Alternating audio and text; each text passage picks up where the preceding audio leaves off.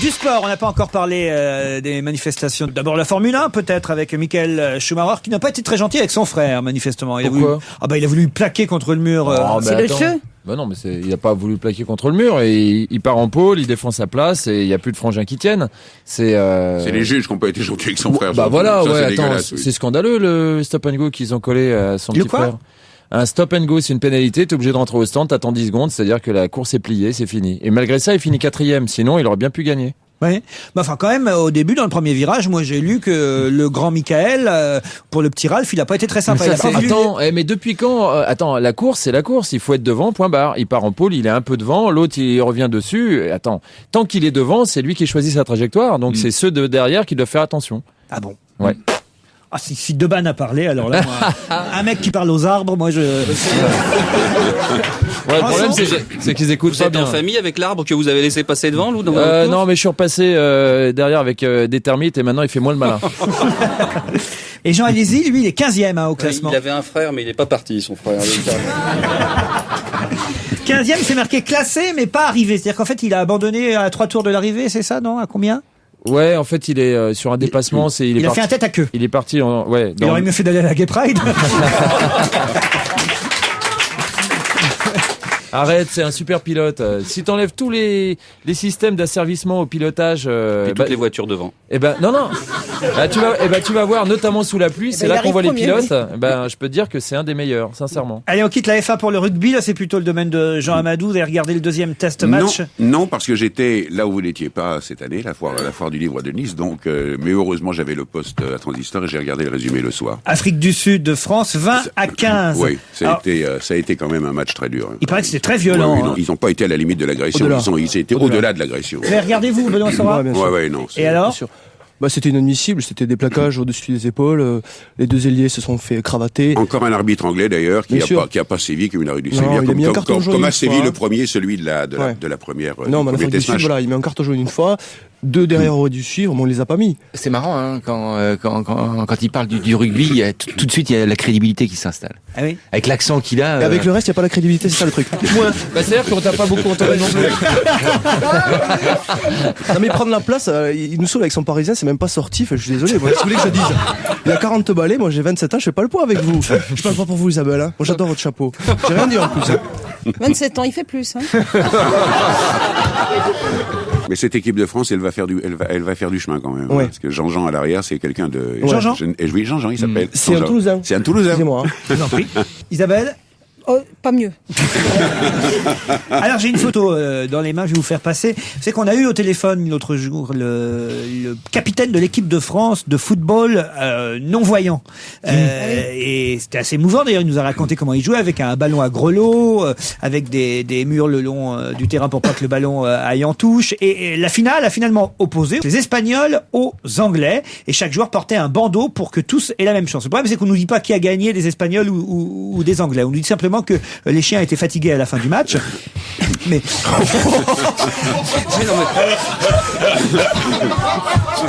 non mais il y a... Mais l'arbitre, il est voyant, l'arbitre. Non, c'est un arbitre non-voyant aussi.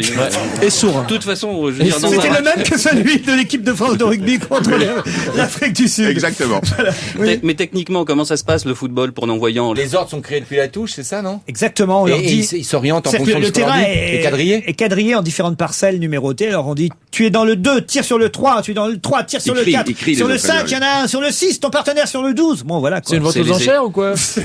Par contre, c'est les échecs avec un ballon, c'est tout. Hein. Ils prennent des coups en plus, hein, ils prennent des coups, ils sont très marqués à la fin des matchs. C'est vrai? Ouais, vraiment. Et regardez la photo, hein, c'est parce que pour que tout le monde soit du même niveau et on leur met des bandeaux. Et le gardien de but, il est comment? Qu'est-ce qu'il fait? Ah, lui, il est voyant, le gardien de but. Ah, d'accord. Ah, quand même. Ou alors il a un casque. Oui. Comment ça, un casque là? Va faire un plongeon. le mec, l'aveugle qui est lancé pour l'arrêter. Non mais c'est pas ça. Faut être Mais non, motivé, mais hein. attends. Il s'arrête pas, mec. D2, ok, j'y vais. C'est vrai que c'est terrible, hein. Ouais. Et au rugby, il n'y a pas, hein, parce que les fourchettes dans les yeux, ça serait... Par contre, les tacles doivent être meurtriers. Hein. Ah, les tacles sont Oh mortiers. là là là là là là. Dans les cannes. Non mais enfin voilà, je voulais signaler quand même, on avait eu Non, ce c'est monsieur bien. très gentil, le capitaine de l'équipe de France de football, et bah, la France n'est pas allée en finale, c'était les Espagnols contre qui j'ai dit déjà? Eh bien, vous avez dit contre les Anglais. Voilà, alors on aimerait bien avoir le résultat du match. C'est con, là. Encore François, une erreur, c'est dans François. Non, c'est un aveugle qui a fait l'article dans le journal. D'ailleurs, l'article est en braille. Ouais, c'est vrai, François vous montre la photo d'un match, on vous dit voilà, c'était la finale, l'Espagne contre l'Angleterre, ils vous disent même pas qui a gagné, c'est quand même débile, non? Dites-moi, vous avez eu le capitaine au téléphone. Oui. J'imagine que bon, il y a bien dû y avoir une ou deux blagues confusées. Comment il l'a pris? Ah, tout à fait bien, Il le évidemment, prête- mais Attends, tu rigoles. attendez, évidemment. Non, mais ça- c'est pour savoir parce qu'on nous dit toujours ouais, alors vous vous moquez des infirmes. Mais non, mais tout c'est ça. ceux qui sont pas concernés que ça choque. Les autres, ils trouvent ça encore plus drôle. Eh oui, évidemment, franchement. Et, D'accord. et le public braille, bien sûr. Je vous le donne, celui-là. Merci. Allez, autre sujet. Ah, vous voulez ajouter? Non, j'allais dire, quand vous avez eu le capitaine et que vous avez commencé à lui faire des vannes, il a dit si je te retrouve, toi, gare à toi. Et puis, non, de toute façon. Pas vu, pas pris. Alors, Et Zidane, quoi? vous en parlez pas de Zidane? Le transfert. Le transfert Le de transfert Zidane fantôme. au Real de Madrid. Bah, je crois qu'il faut demander à Isabelle pour avoir plus de précision. Alors, Isabelle. Mais Alors, Isabelle. il a très bien joué en simple. Laurent Ruquier, on va se gêner. 16h-18h sur Europe 1. Allez, on va oublier le sport, puisque c'est ça. Ah, je voudrais essayer, je dis bien essayer, de vous parler de Denis Châtelier. Denis Châtelier, c'est le deuxième greffé de la main. C'est-à-dire, il y en avait eu un premier, je sais pas si vous vous souvenez, il s'appelle Clint Hallam, c'était l'Australien. Il y en a eu un deuxième français, celui-là, à qui le professeur Dubernard a greffé deux mains. Et un papier dans Libération, un papier signé Julie Lasterade, qui nous explique que le cerveau de Denis Châtelier s'est réadapté aux nouvelles mains. Alors, c'est assez compliqué à vous expliquer. Bah Je sais non, pas- c'est super simple. Allez-y. Vas-y, monsieur 3615. Je sais tout. Tu veux que je te fasse la Mais démonstration tout de vas-y, suite? je t'en prie. Eh ben alors quand il a perdu ses mains, il y a les neurones qui s'occupaient des mains. Elles sont parties dans une autre zone où le cerveau avait besoin de neurones, puisque les neurones sont extrêmement importants. Et puis voilà. Et maintenant qu'on lui a remis ses mains, les neurones, revenez. Et les neurones qui s'occupent des mains reviennent petit à petit pour. Non, c'est d'autres connexions qui se font normalement. Voilà. Dès le premier jour, là, il a réussi à siffler entre ses doigts pour rappeler ses neurones avec des mains qui n'étaient pas à lui. Balèze, ouais. C'est vrai que son cerveau s'est réadapté à ses mains et en fait, la conclusion de cette expérience, c'est que le cerveau n'est pas un organe figé. Il est très plastique et même assez maniaque et surtout très ordonné. Il s'adapte aux nouvelles contraintes et se réorganise en fonction. Ça dépend chez qui. Hein. Ouais. En fait, c'est ça. Il faut couper les mains de Christine Boutin et ça ira mieux. Voilà. Vous avez raison, ça dépend chez qui et ça me permet un enchaînement. Je voudrais vous donner des nouvelles de. Oh. Je voudrais d'abord vous faire écouter la chanson. Il paraît que le disque n'a pas très bien marché. Souvenez-vous, Yvan Le Bolloc, on en avait parlé ici. Il en a vendu 20 000. Oh non, c'est Risoli. Oui.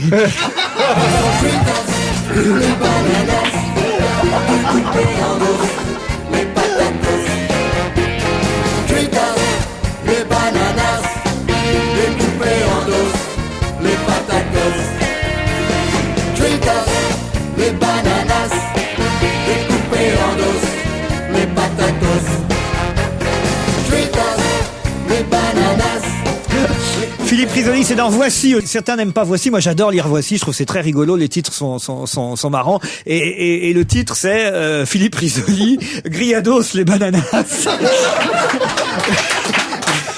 Vu qu'il en a vendu 20 000, que personne, le pauvre, n'a voulu passer son disque, il n'a été invité sur aucune chaîne. Pardon il paraît. Bon, arrête. Attends, on l'a vu partout vendre son disque. Ah bon? Bah ouais, il était chez Marc-Olivier Fogiel. Moi, j'ai vu là. Chez Alors, déjà, Carrefour, chez Euromarché. sur toutes les chaînes. Et nous, on l'a vendu alors. Ah bah alors là, on en a repassé des bouts et des bouts. Et à chaque fois, je disais non. Et toi, tu disais mais si, on rigole encore. Bah voilà, en tout cas, ça n'a pas marché. 20 000, c'est pas beaucoup, 20 000 disques? Bah, il va peut-être pouvoir s'acheter une guitare neuve. Et une petite méthode. Pourtant, pour l'été, ça pouvait fonctionner, hein, ce Ah truc. oui, Mais moi, bien bête, très, oui. très honnêtement, j'étais sûr que ça allait fonctionner. Ouais, moi aussi. Parce que je me suis dit, évidemment, avec la renommée qu'il a, il va pouvoir s'en servir, il va passer partout. Et puis bon. Et puis non, en fait. Et puis en fait, il est passé partout, mais il en a pas vendu des masses, quoi. Bon, il y a une justice quand même. Couper en dos, c'était patatos, sans déconner. Olivier Rançon. Non, mais il y a une grave erreur. C'est une recette de cuisine. Alors, les bonnes femmes sont dans la cuisine, elles sont en train d'éplucher les patates avec l'économe aiguisé, et puis elles commencent à danser. T'as 3-4 doigts qui ont sauté déjà à la première. Les gens, tu repasses pas le disque. La grosse erreur, c'est de l'avoir La grosse sauce, c'est d'avoir fait en français. Il fait traduire littéralement ça en anglais, il fait un carton. Ah, vous pensez? Ah oui. Bigos, potatoes. Ouais. Mais dès l'instant, tu Ça, comprends faudra le couper pas. au montage parce qu'il va le faire. On sait que c'est con. Moi, je voudrais aussi donner un avant-goût de l'album de Marc Lavoine, parce qu'il paraît que le single qu'on entend déjà sur Europe 1 est très bon. C'est pas tout à fait le texte, oui, d'Apollinaire, Jean. Oui, Si, c'est le texte intégral. Vous le connaissez par cœur, Jean? Sous le pont Mirabeau coule la Seine et nos amours qu'ils t'en souviennent, la joie venait toujours après la peine, vienne la nuit, sonne l'heure, c'est ça, hein? Moi, je préférais les cuitas, les bananas. C'est plus dansant. Oh pauvre Marc Lavoine, c'est une très jolie chanson. Mais oui, sur un texte d'Apollinaire, il pouvait quand même pas... C'est vrai, rater le truc. Oui, il pouvait pas faire de la double. Fritos et bananas, il paraît que c'est du Victor Hugo au départ. Europe 1, les meilleurs moments de Laurent Ruquier. Un sujet d'actualité, la chaleur. C'est vrai que vous avez remarqué depuis ce week-end, il fait très chaud. Il va faire encore plus chaud, paraît-il, aujourd'hui et demain. Plus de 30 degrés à Paris.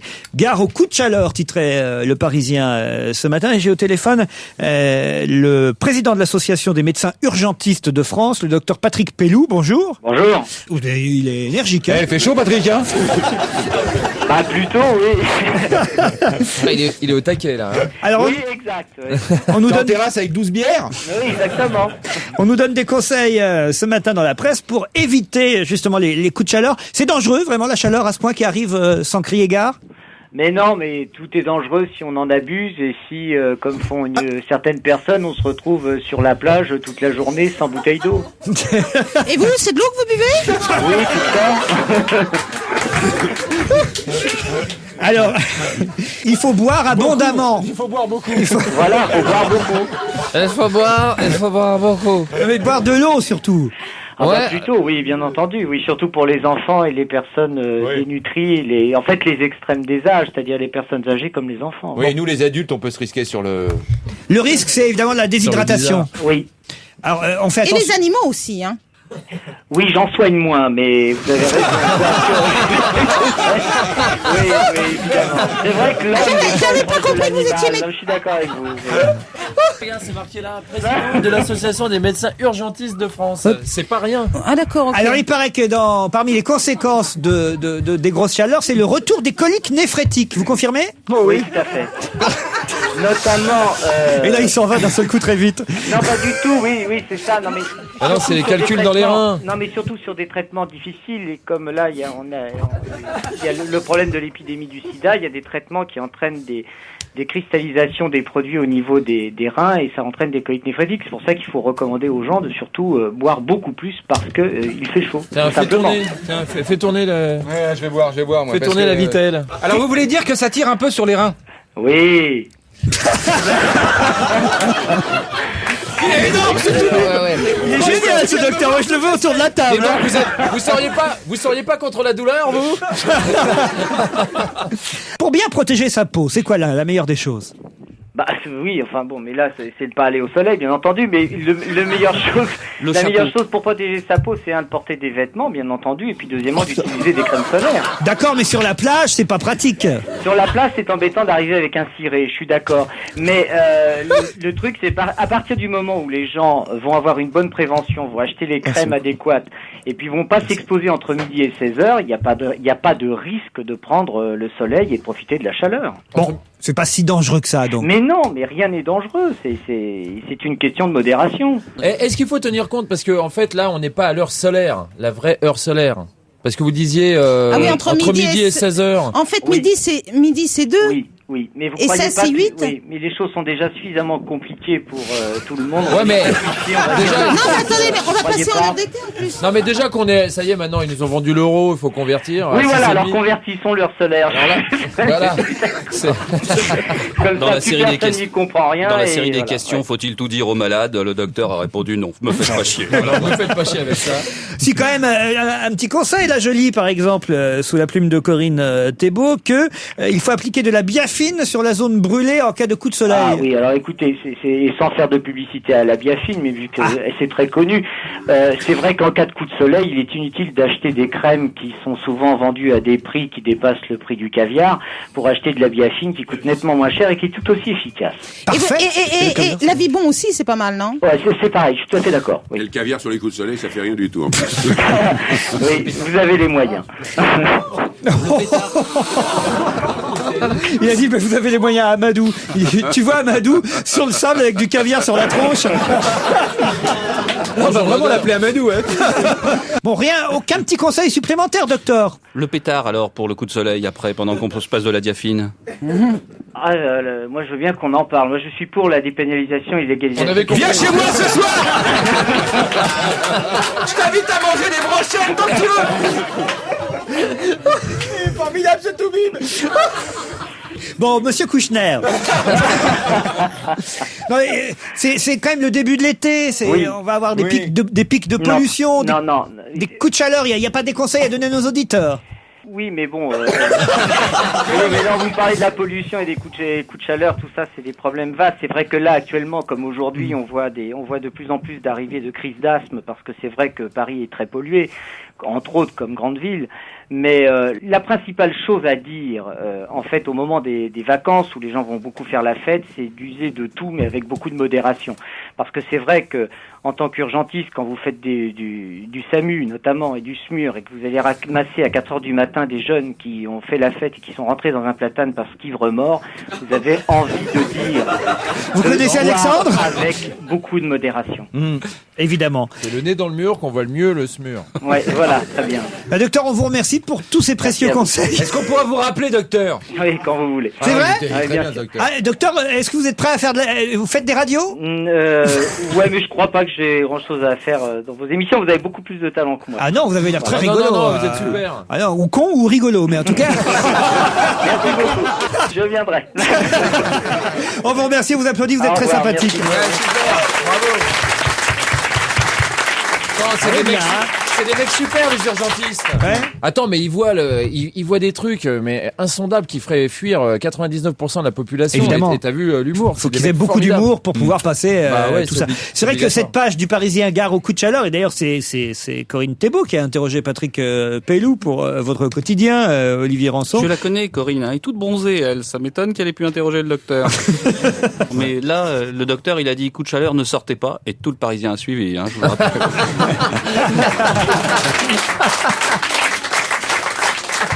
Moi, le soleil, c'est mon grand copain. Dadaboum. Olivier? Moi, j'ai un truc tout simple. On part en Non. famille. Le premier jour, on sort les enfants, et puis on voit si après on peut se mettre et s'exposer. Alors, il envoie sa femme faire des courses pour pouvoir recevoir les crottes de pigeons. Moi, ma grand-mère, elle a failli mourir. Merde. Ouais, parce que mon père, elle était garée elle était dans la voiture. Et Elle était garée dans la voiture, ta mère? Non, ma grand-mère était dans la voiture. Il avait Vous laissé aviez pas son parking. vous aviez pas laissé la fenêtre ouverte? Alors on a Elle laissé, essaye on de a laissé- s'échapper si on laisse la fenêtre ouverte. on a- Mais, alors voilà, c'est ça. Mais c'est vrai, elle commençait à perdre un petit peu la tête, et mon père aussi. Et il a fermé la voiture automatiquement, et il avait juste une toute petite course de rien à faire, et il a pas retrouvé la voiture. tout de C'est suite. pas vrai. Et ma Il sort, il n'y grand-mère. avait plus la voiture. Ah ouais, ouais. Et le soleil a tourné. La voiture était en plein soleil, et puis ma grand-mère qui était Collé sur aux la vitres. vitre. Ouais, ouais. Il y avait un attroupement autour de la voiture. Et les gens regardaient, oh, comme c'est bizarre. Il y en ils- avait 3 avec un caméscope qui étaient en train de filmer. Ah oui, je me souviens, on a reçu la cassette à Vidéo Gag. Et alors, t'as fait quoi avec les 10 000 francs? Allez, dis-le, c'est toi qui l'avais envoyé. Il y avait marqué... Mais non, ça, elle était très très mal parce que mon père l'avait enfermée parce que sinon il avait peur qu'elle s'échappe. Et Mais pourquoi il ne retrouvait pas sa voiture? Parce qu'il avait oublié. Et elle était là à attendre. et elle était là à attendre Mais non, dans mais la c'est- voiture et le soleil tapait. Et tu sais que ça monte très très haut la chaleur dans une voiture. Tu peux. Alors elle était en train de se déshydrater totalement. Rançon? Ouais, non, je dis, c'est quand même, faut pas jeter la pierre parce que d'habitude, les gens, ils abandonnent les grands-parents en partant en vacances. Moi, c'est le premier qui l'abandonne avec la voiture. Et comment il va Faut dire que vous avez une sacrée famille. Hein. Comment va votre frère Couille Blanche? Qu'est-ce que c'est que cette histoire? Et ben Couille Blanche m'a appelé Oui.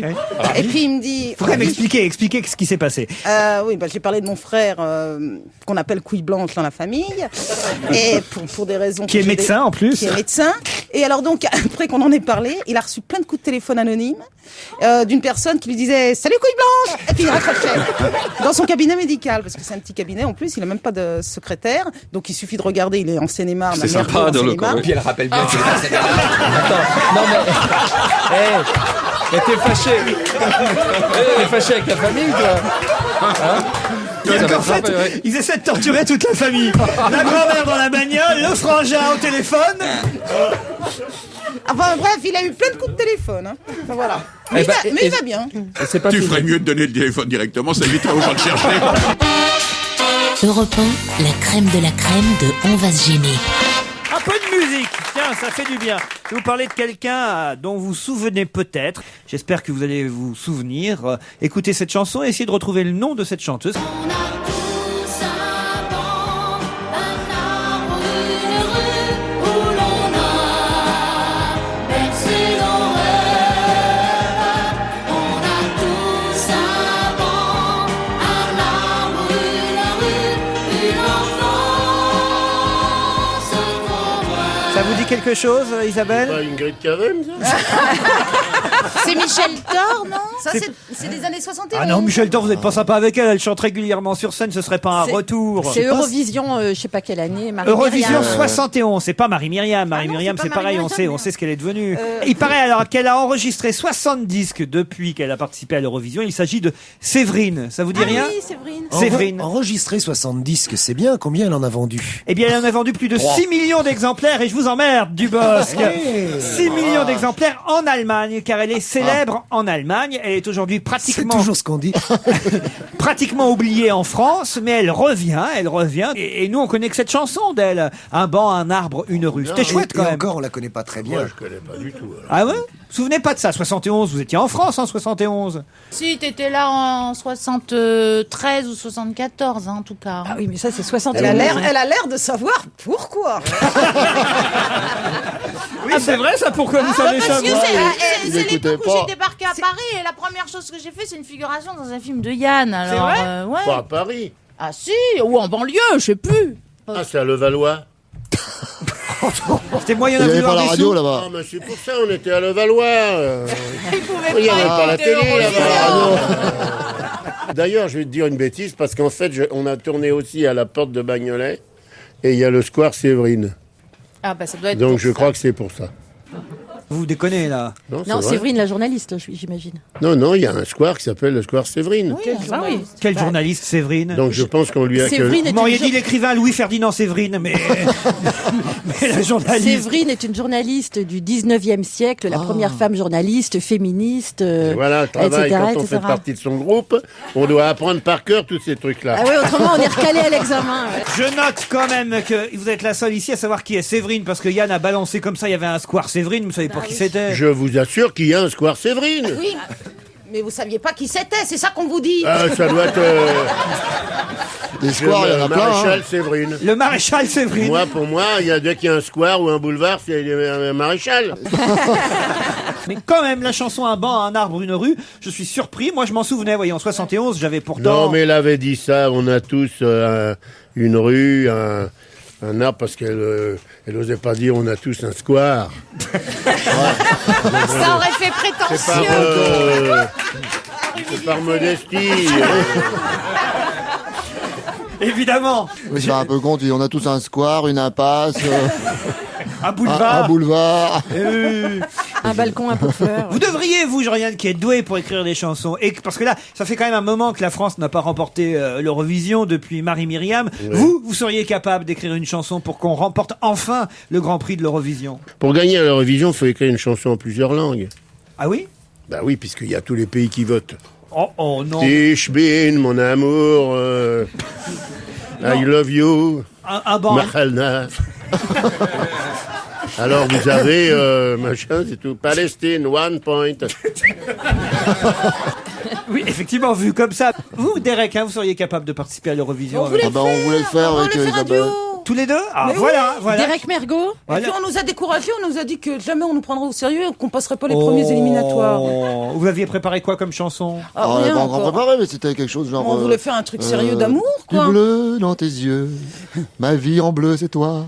Ah Connerie bon? comme ça, C'était oui. ça qu'on avait dit? Enfin, c'est- Mais on n'a pas gagné, les gars. Alors, tiens, les dinosaures font un carton. On l'avait un peu prévu. Hein. Ça avait fait un carton aux États-Unis. Ça fait aussi un carton en France. Plus d'1 million d'entrées, 1,130,000 entrées en France en seulement 5 jours. Qui a vu les dinosaures depuis qu'on en a parlé? Non. Moi, Non. je l'ai vu, moi. Alors, Forcément, allez-y. J'ai emmené mon fils. Et alors? Moi, j'ai été un peu déçue parce que on a déjà pris. Mais non, mais c'est, prêter mes j'avais neveux vu pour y carrément la retourner. même histoire dans les trucs de Petit Pied. Ah bah oui. Petit Pied, c'est un dinosaure. Ah oui? Mais pas de Walt Disney. Petit Pied. Petit Pied. Pied et pied. Et là, il s'appelle pas Petit Sur Pied, les il trois s'appelle Aladar. Et c'est ça copain. commence comme dans le Roi Lion par l'enterrement du père.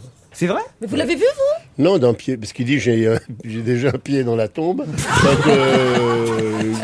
Ah non, c'est Bambi qui a le père qui est tué. Mais- Ah, je confonds. Non, c'est la sa mère. mère, hein, Ah, Bambi. bon, je confonds toujours. Oh, Bambi, ça nous a tous fait pleurer. Ça, Voilà. alors, hein, qui n'a pas pleuré devant Bambi, hein? Moi, j'aime pas beaucoup ça. Ah oui? De quoi pleurer? Parce que c'est toujours avec de la confiture d'RL ou avec du... J'aime pas salé sucré. moi. Non, je vous jure, salé sucré, j'aime pas. Et au moment de Noël, tout le temps, allez, un petit coup de Bambi. Oh.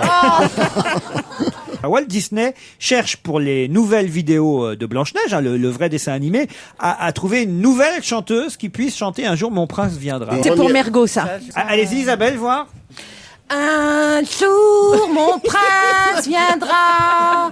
Un jour, il me dira des mots d'amour si doux et si tendres que j'aurai tant plaisir à l'entendre. Alors là, pour la scène où les animaux fuient la forêt, c'est très bien. Je l'attends, craintive et cœur battant. Elle sait toutes les paroles, hein. Ah, mais je connais par cœur. Bon, alors ça c'est... Je l'ai marqué, hein. Ça, d'accord. Alors, je le dis aux gens de chez Walt Disney. Donc, le premier casting, là, c'était Isabelle Mergo. Valérie Mérès. Un jour, mon prince viendra. C'est la version coquine. Un jour, il me dira des mots d'amour si tendres et si quoi déjà. Si doux et si tendre que j'aurai tant plaisir à l'entendre. Mais essaye pas de prendre ma place, là on dirait Cruella. Il faut voir en costume, avec le costume, parce que Blanche-Neige, c'est pas seulement la voix. vous Non, voyez. évidemment. C'est Mais le oui, mais com- là c'est pour doubler. c'est le comportement au milieu des nains et tout. C'est là Bah qu'il y a faut qu'à voir. faire venir Ben Guigui et on est bon. Hein. C'est vrai qu'Isabelle, physiquement, finalement, plus je la regarde et plus c'est dingue, plus vous ressemblez vraiment à Blanche-Neige. C'est que vous avez la peau de Blanche-Neige. Et dans Blanche-Neige, on le voit le prince ou pas? À la fin, oui, à la fin. Ah bah j'aime bien faire, moi je suis qui dort.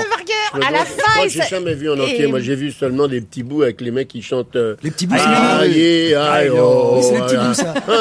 Aïe, aïe, oh. Allez, Ça, c'était en 40, ça.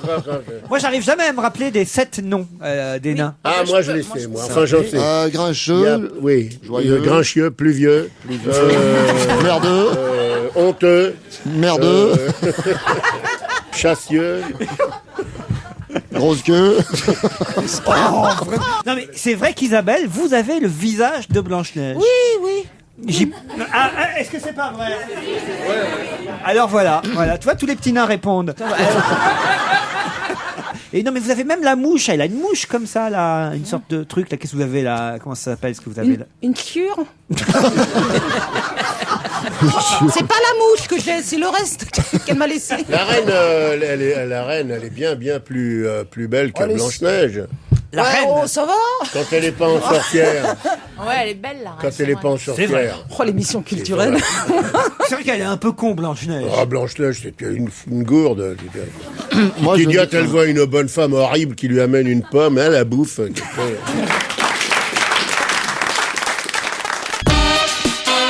16h-18h sur Europe 1, Laurent Ruquier et toute sa bande. Puisqu'on est dans les succès, donc succès pour Dinosaure au cinéma, succès dans les livres, avec ça c'est alors le genre de bouquin j'ai encore jamais lu, les bouquins de Christian Jacques qui se vendent très très bien sur l'Égypte. Sur l'Égypte. Ça vous intéresse ça? Ah non, moi ça les gens m'intéresse pas achètent du ça, tout. mais par centaines, hein, par milliers, même millions. C'est à chaque fois en tête des ventes. Les bouquins, je sais pas combien il en est, mais là c'est l'histoire de Néfer le Silencieux qui a été assassiné. Paneb qui s'obstine à découvrir le coupable et à sauver la pierre de lumière. C'est le tome 4 de La Place de Vérité, Christian Jacques, qui fait un succès en France. Moi déjà que quand je vois pyramide à la télé, je comprends pas. Puis ça tient une place dans la bibliothèque parce que c'est tout taillé au burin dans la pierre, ça. Oui, comme à l'époque. Oui. Comme à l'époque. Vous avez déjà lu du Christian Jacques? Non. Non. Non, j'ai pas, non. L'Égypte ne vous passionne pas? Moi, j'aime mieux lire en hiéroglyphe, je vous dis franchement, dès l'instant qu'il s'agit d'un truc égyptien, je préfère le lire dans la version originale. J'aime pas parce que je peux lire des hiéroglyphes pendant des jours et des jours, c'est jamais la même histoire. Vous pouvez lire le poulet se promène entre les colonnes. Mais après, vous pouvez lire aussi l'oiseau est parti dans la forêt. C'est pareil, puisque de toute façon, s'il y a un piaf, des trucs là, des boîtes... Bon, enfin, moi, j'en conclus qu'on va tous aller en croisière sur le Nil et que Jean-Yann va nous servir de guide. Ça va être, vous êtes d'accord? Oui, ça va être sympa. Vous êtes des nôtres, Isabelle Alonso? Ah oui, moi je vous suivrai au bout du monde, Laurent, vous le savez bien. Ah oui? Ah bah formidable, alors on y va tous. C'est quoi l'alcool là-bas? Mais c'est un pays musulman, il faut emporter ton alcool avec toi. Non, il y a un... Comment non? L'alcool, je sais pas. Les cigarettes, c'est du Nil, mais mais l'alcool, je sais pas. Mais j'ai une question à vous poser, si on a les moyens d'aller en croisière et tout, les Bahamas, ça vous dit rien? Parce que moi, personnellement, j'aimerais mieux, vous voyez. On va demander à Monsieur Lagardère, ça devrait se faire. Une bataille de Polochon qui a duré 10 ans. Je vous explique. Au dortoir du lycée Sainte-Marie de Bourges, une institution d'enseignement privé, un élève en 1990 a reçu en pleine tête un traversin dans lequel était cachée une lampe électrique. Il s'est blessé. Jeudi, la Cour de cassation a jugé 10 ans plus tard l'État responsable des conséquences de cette bagarre. 10 ans de procédure pour trouver le responsable parce que dans un premier temps, la Cour d'appel avait jugé que le surveillant avait commis une faute en n'intervenant pas dans cette bataille de Polochon. Le jeu, disait la Cour d'appel, n'a pas pu naître et s'amplifier sans être accompagné de cris, de rires et de courses qui étaient nécessairement perceptibles par le surveillant d'internat qui s'était retiré dans son box. 10 ans de procédure pour une bataille de Polochon. Je sais pas si vous... quoi, le pauvre malheureux surveillant? En tout cas, il a laissé des plumes. Alors écoutez, je sais pas où il en est, le pauvre... Parce que l'État va payer, mais se retourner sur lui, contre lui, c'est sûr, ça. Il est dans de beaux draps. La bataille de Polochon, on a tous fait ça. Ça c'était chouette, hein, Isabelle. Oui, là, alors le môme qui avait pris la lampe sur la tronche, il est devenu quoi, celui-là? C'est le frère du tennisman. Parce que ça fait 10 ans quand même, maintenant il est grand. J'imagine, il est gynécologue. Il a gardé la lampe. Gynécologue avec une lampe, j'ai jamais vu. C'est vrai? Je sais pas, je suis jamais allé chez le gynéco. C'est vrai, ça n'a pas une lampe sur le front, un gynéco? C'est les spéléologues. Non, c'est les otorinos. J'étais persuadé, moi, qu'ils avaient une lampe sur le front, les gynécos. Non. Non. Et une débroussailleuse. Mais comment ils voient alors? C'est joli, les fantasmes qu'ils ont. Oui, des Les fantasmes. gynécos, ils n'ont pas une lampe, moi. Aussi, vous pensiez, vous aussi, Jean? Bah oui, parce que la bougie, c'est dangereux. Oui, mais c'est plus romantique. Oui. Et puis ça réchauffe. On va dîner au chandelles. Oui, c'est plus flatteur pour le teint. Mais il voit comment le gynéco s'il n'a pas de lampe? Oh, mais il n'y a pas grand chose à voir non plus. Oui, c'est quand même pas comme un frigo, c'est pas éclairé à l'intérieur. Eh bien si. Dis donc, tu rencontres, tu ouvres, il y a de la lumière. Et on va pas tout vous raconter non plus. Non, vous êtes obligés les filles de me raconter, c'est pas possible, je découvre quelque chose. Regarde pas. Il va aussi avec les mains. Enfin, elle d'ailleurs, parce que c'est pas que les mains. C'est un sale boulot, hein, bosser là où les autres s'amusent.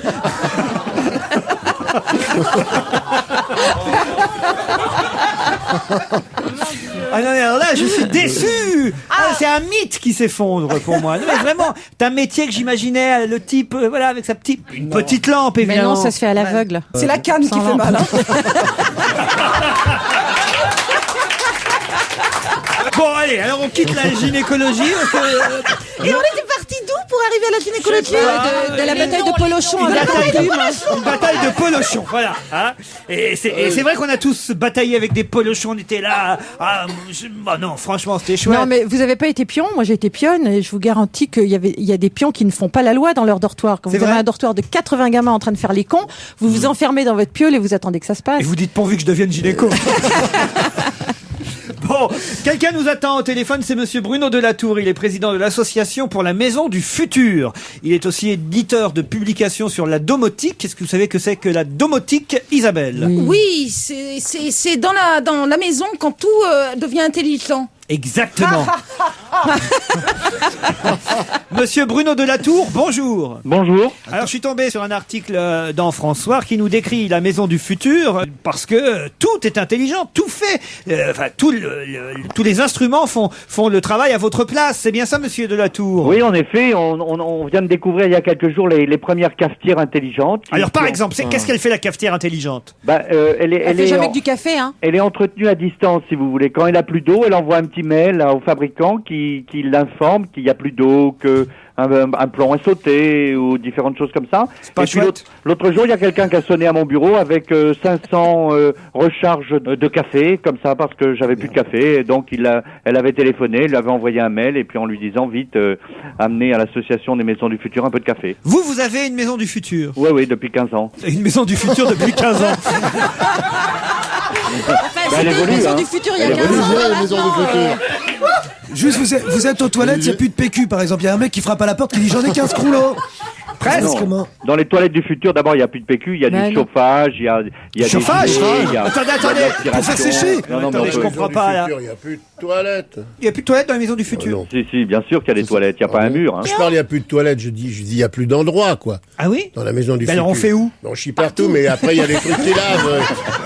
C'est automatiquement nettoyé, tout ça. Je veux dire, on peut faire du piano, schlag, il y a un machin. Il y a un truc qui sort du piano et puis qui nettoie tout. Ça, c'était sous Louis XIV. Il a inventé le chauffage à la place du papier toilette.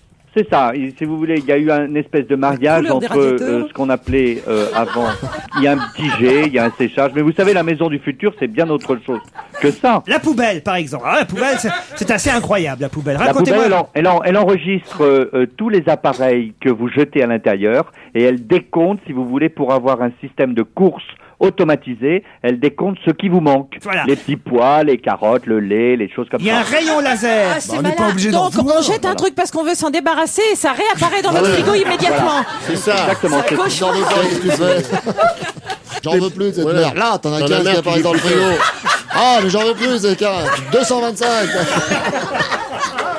Le réveil, monsieur. Est-ce qu'on peut parler du réveil, par exemple? Vous êtes réveillé comment dans la maison du futur? Ah ben moi, je suis réveillé par des odeurs. Par une autre. Ah, d'accord. Forcément. Avec qui? Quand Toto est en Ça doit panne. être sympa chez vous. Par des odeurs de jasmin, Toto par des est en odeurs galère. de Dans les café. toilettes. La famille se lève avant lui, alors ça commence à schlinguer, il le réveille. Ça fait. Vous savez, c'est pas désagréable. Moi, je suis de se réveillé réveiller par les odeurs. poubelles parce que c'est la benne à ordures qui passe tous les matins à 7h et qui fait un foin terrible. Non, monsieur. Des ça, odeurs de jasmin, c'est Des ça? odeurs de jasmin, des odeurs de café. Ah oui. Et puis des bruits aussi, le bruit de ma baignoire qui se remplit, le bruit de l'eau sur la mousse. Car la baignoire se remplit évidemment toute seule. Automatiquement, oui. Elle Formidable. sait à quelle heure je vais me réveiller, elle connaît la température qui me fait plaisir, et donc elle se remplit, et puis la musique se positionne sur Europe 1, et donc en même temps mon C'est café vraiment la arrive. maison du futur. Il y en a combien de maisons comme ça en France, monsieur? Il y en a à peu près 70 000. 70 000 Il y a maisons. des maisons et puis il y a des logements, vous savez, dans les immeubles collectifs. Enfin, ce qu'on nous dit pas, c'est les coulisses de la maison intelligente. Je pense, tous les soirs, il faut passer une plombe à tout programmer et ne rien oublier Ah, parce non. que. À raconter? Ah non, elle s'adapte automatiquement. hein. Évidemment. hein. Comment ça, elle Elle connaît, s'adapte automatiquement? l'heure à laquelle vous rentrez, elle connaît l'ambiance que vous Ah bah, aimez elle est quand bien vous maligne lisez parce un que même livre. moi, je sais pas. Faut avoir une vie régulière alors, hein. Non, pas du tout, elle s'adapte. Elle s'adapte. Et alors, si tu un rentres matin, tard, j'ai pas envie d'un bain, j'ai envie d'une douche, la maison comprend. Bien sûr. Et si vous avez envie de lire un livre au lieu de regarder la télé, la lumière se met avec un éclairage de 76%, plutôt que 47% qui est le pourcentage d'éclairage pour la télé. Mais comment ça se passe? Vous regardez la télévision, vous dites quelle merde ce truc-là, ça s'éteint, et il y a un livre qui arrive? Non, le livre il est à côté de vous. Est-ce qu'elle lit le livre à votre place? Le livre il est juste à côté de vous. Par exemple, moi j'ai un appartement, là d'ailleurs que je loue, mais admettons qu'il soit à moi, et que j'ai envie d'en faire un appartement du futur. Ça me coûte combien? Bah écoutez, ça c'est compliqué parce que soit vous voulez câbler, soit il faut que vous câbliez, il faut tirer des câbles, soit vous pouvez utiliser maintenant les nouvelles technologies sans fil. Et donc là, vous avez des appareils qui communiquent les uns avec les autres. Et bonjour soit les champs électromagnétiques. Soit ils utilisent le courant électrique, soit ils utilisent la radio. Monsieur de la Tour, bonjour chez vous. Merci beaucoup. Et bonjour à tous vos petits appareils, ça doit être quelque chose que j'aimerais bien visiter quand même pour voir. Mais oui, quand vous voulez. On peut venir? Bien sûr. Ah bah parfait, on vient. Faut qu'on se prépare un petit peu parce que tout ne marche pas. Merci monsieur pour votre franchise. Tout l'été, Europe 1 vous accompagne.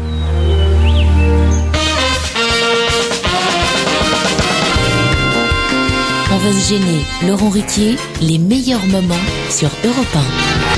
Vous avez vu ça, le monde là-bas à Nice pour ce sommet européen et surtout la contre-manifestation. Alors, c'est beau une manif européenne, il y a des Anglais, des Portugais, des Espagnols, des Italiens, tous réunis contre la mondialisation et contre... Il y avait une vache. Il y avait quoi? Il y avait une vache. J'ai pas vu. Il y avait des mecs qui avaient amené une vache et je sais pas si c'est des agriculteurs, j'imagine, et ils l'ont poussé, les flics ont envoyé des gaz lacrymogènes. Alors les types sont partis en courant en laissant la vache qui est restée au milieu des gaz lacrymogènes et qui a dû pisser de partout, chier de terreur et tout. C'est la vache qui pleure. Voilà, c'est vrai. Ah, c'est joli. Mort aux vaches, c'était la fameuse expression qu'on entendait dans les manifs. Pourquoi ils ont emmené une vache, les agriculteurs? Sûrement qu'il devait y avoir les mecs de la bande à Beauvais qui sont plutôt portés sur l'agriculture. La bande à Beauvais, c'est joli. Qui avaient dû amener dans un camion une vache, je sais pas moi, c'est une qui n'avait pas servi la veille. Ils en avaient trimballé 3 ou 4 ici rue de Varennes, des vaches. Ouais, que Jospin a dû récupérer, j'imagine. Sûrement, il y a un repas, il y a de la viande maintenant, il paraît du bœuf à rue de Varennes. Non, mais dans une ville où il se passe jamais rien comme Nice, c'est une aubaine extraordinaire. Déjà, ils étaient affolés de voir ce sommet avec tous ces messieurs bien propres et bien gentils que sont tous les chefs d'État, les machins, toute l'Union européenne. Mais là, comme ils ont eu tous les va-nu-pieds de la planète qui sont arrivés, enfin les va-nu-pieds, ceux qui veulent se faire passer pour des va-nu-pieds en disant nous sommes contre la mondialisation, nous sommes contre l'Amérique, nous sommes contre le machin. C'est formidable, je veux dire, ça fait un truc cosmopolite. Il n'y a pas eu ça à Nice depuis exactement 1847, la dernière fois que je suis allé avec ma bande. Non, je veux dire, c'est extraordinaire parce que c'est quand même une des villes les plus vieillottes du monde, les plus frileuses du monde. Presque aussi chiant qu'à Tarbes. Ah oui. Je sais plus qui disait à Nice, on glisse sur les crottes des vieux. Il y a eu une tentative à Nice de faire, pour concurrencer Deauville, une semaine ou un week-end du cinéma américain. Ah oui? Et ils ont sorti une édition spéciale qui s'appelait Nice Morning. C'est-à-dire que... C'est fin. J'ai pas compris, c'est quoi Nice Morning? Bah oui, ils ont sorti on joue sur la... Joli matin. Nice Matin. Nice Matin a sorti une édition spéciale qui était Nice Morning. Strasbourg Morning, ça aurait pas marché, si vous voulez, Claude. Vous comprenez ça? Parce que nice, ça veut, en anglais, ça veut pas seulement dire Nice. Non, ça veut dire gentil. She's cute, hein. Tu vois, par exemple, Holiday on Ice, c'est les vacances à Nice.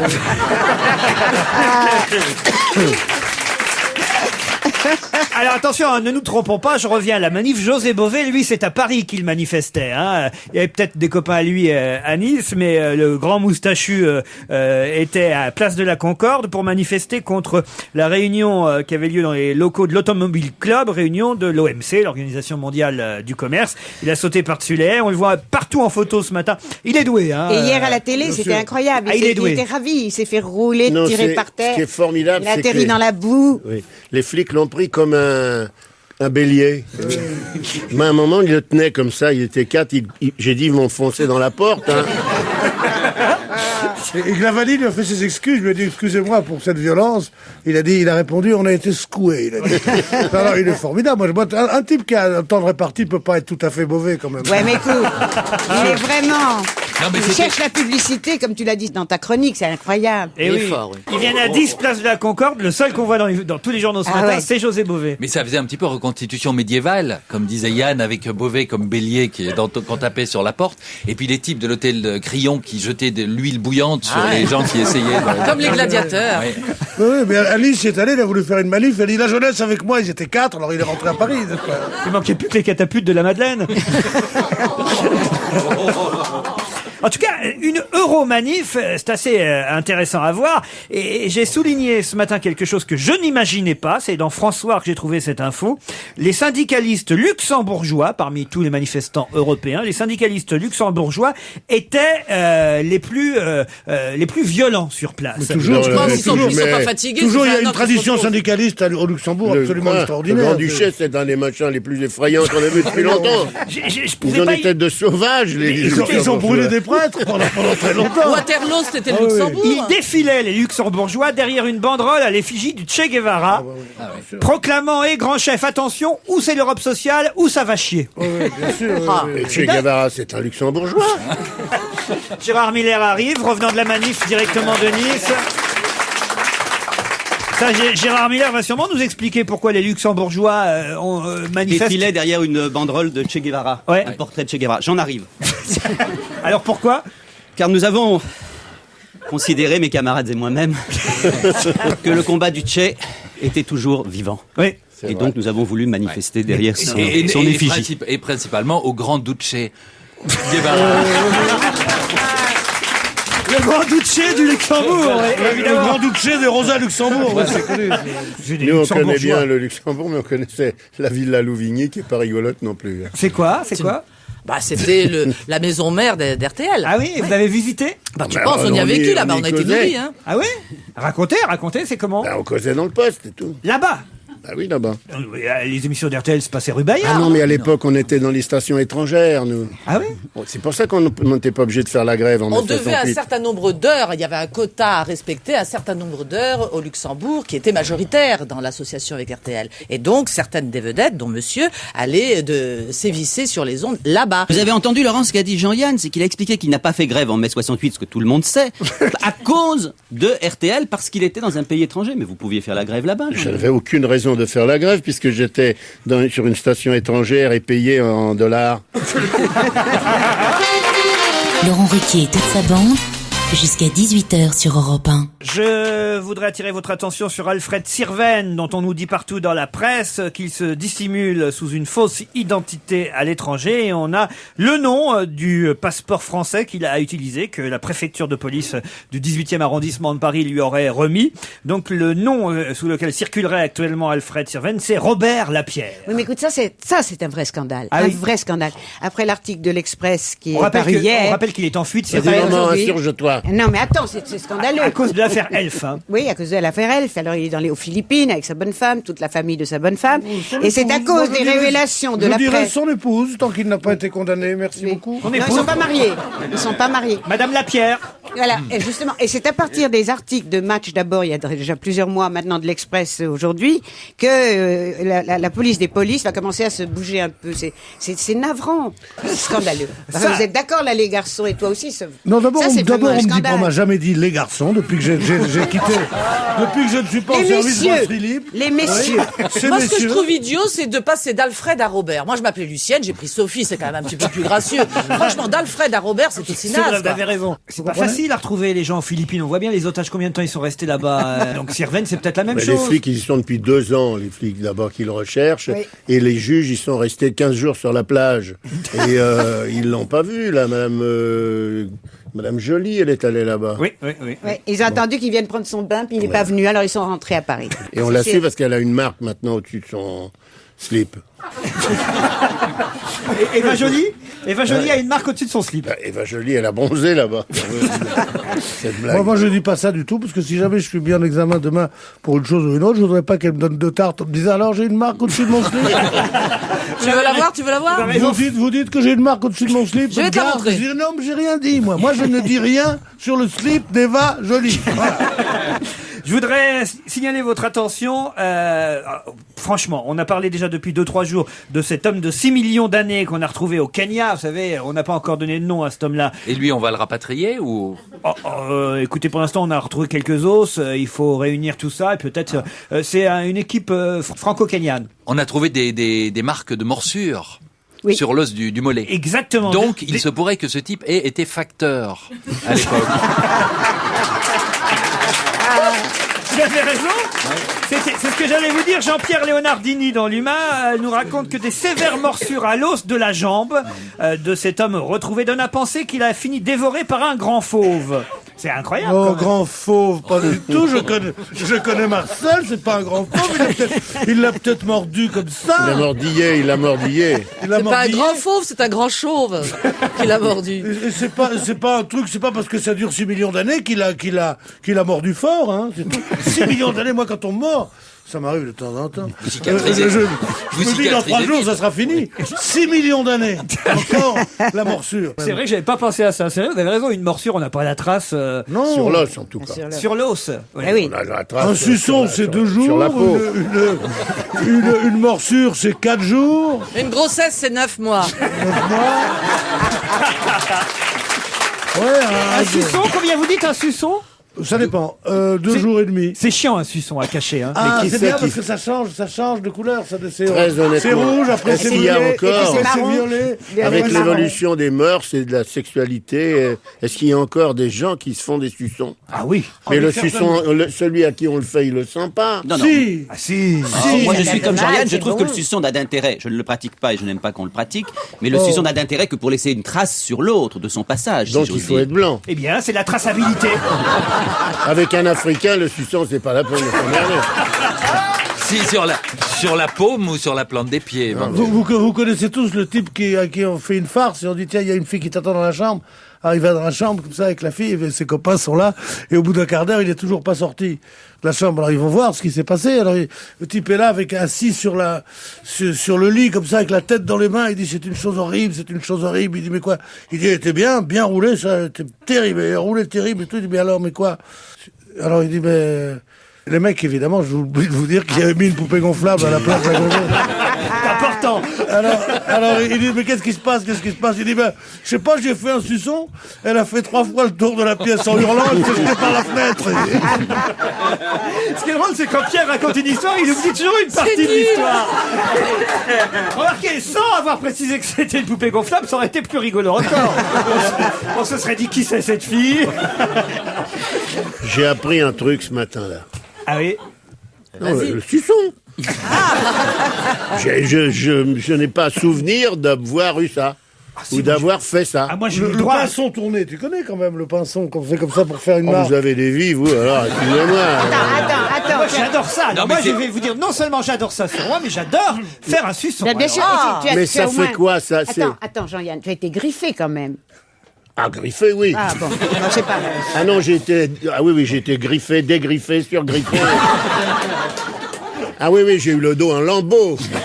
Et ça, c'était parce que j'avais une technique imparable. Mais le suçon, c'est... c'est un truc pour adolescents, le suçon. Oui. C'est pour laisser une marque de ses... Mais oui, bien sûr. Ah, c'est comme des tags, alors. C'est nul. Tu te fais taguer le dos, dis donc. Alors j'ai pire que le suçon.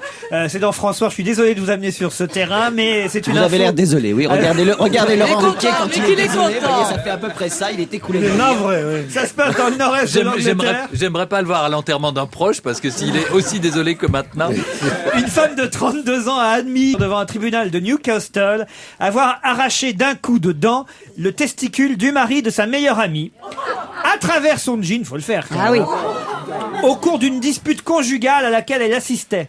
C'est uniquement à l'arrivée de la police dans la maison que le testicule manquant a été retrouvé, caché sous un tableau dans le salon du couple qui a divorcé depuis, nous dit-on. Oui, ça. Mais attends, elle a arraché la couille du pote ou du, À travers ou du le mari mari de sa copine. Du mari de sa copine à travers un jean. C'est Et possible. comment on l'a récupéré? Oui, mais c'est Eh possible, ben, on l'a mais c'est retrouvé c'est même derrière un tableau. recommandé. Elle aurait pu le mettre Je au comprends. chiottes. Non, mais il s'engueulait avec la femme. Oui. Et la femme a dit, ah, puis si c'est comme ça, je vais mordre les couilles de ton copain. Ouais. Non mais ça, alors, autant pour le suçon, je comprends que vous soyez surpris, autant le fait d'arracher une couille à quelqu'un avec qui on se dispute est un cas absolument classique en France. Ah, mais Vous même vivez si aux États-Unis. Ah non, mais même si on se dispute pas, il n'y a pas une femme de l'Assemblée qui n'ait pas eu envie d'avaler la couille de l'homme qu'elle aime. D'arracher, pas d'avaler. Ah, moi je garde tout. Remarquez, c'est peut-être ce qui s'est passé, mais elle a recraché. Elle a recraché derrière un tableau. Voilà. Elle aurait pu le mettre Donc au elle chiottes. a arraché la couille et puis elle dit, ah, que j'en fais maintenant, elle a tous les tableaux. Elle a craché la couille derrière le tableau. Le sourire de Mona Lisa, c'est parce qu'elle l'a gardé, elle. Je suis un chocon.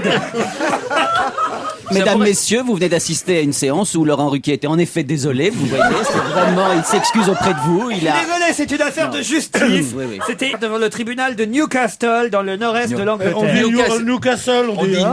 Laurent, on dit Newcastle. Vous devriez essayer C'est de peut-être prononcer plus fort l'anglais. pour arracher les couilles que pour parler l'anglais.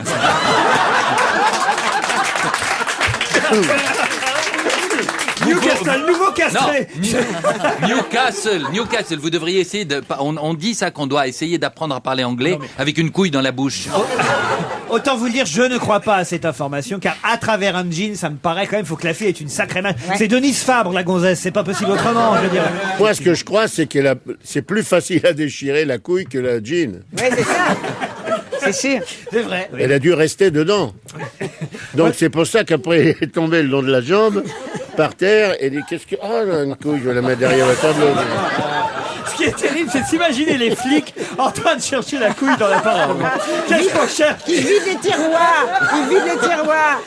Il y a une couille dans cette Il affaire. Ils ont regardé dans le potage, évidemment. On voit le brigadier qui arrive, il dit, vous le cherchez quoi, les gars? On cherche un testicule, le brigadier. Vous imaginez la sensation du type qui marche sur la couille. Oui. Ça doit... Oh merde, j'ai marché sur une couille. J'ai marché sur la couille, c'est un petit pas pour l'homme, mais c'est un grand pas pour l'humanité.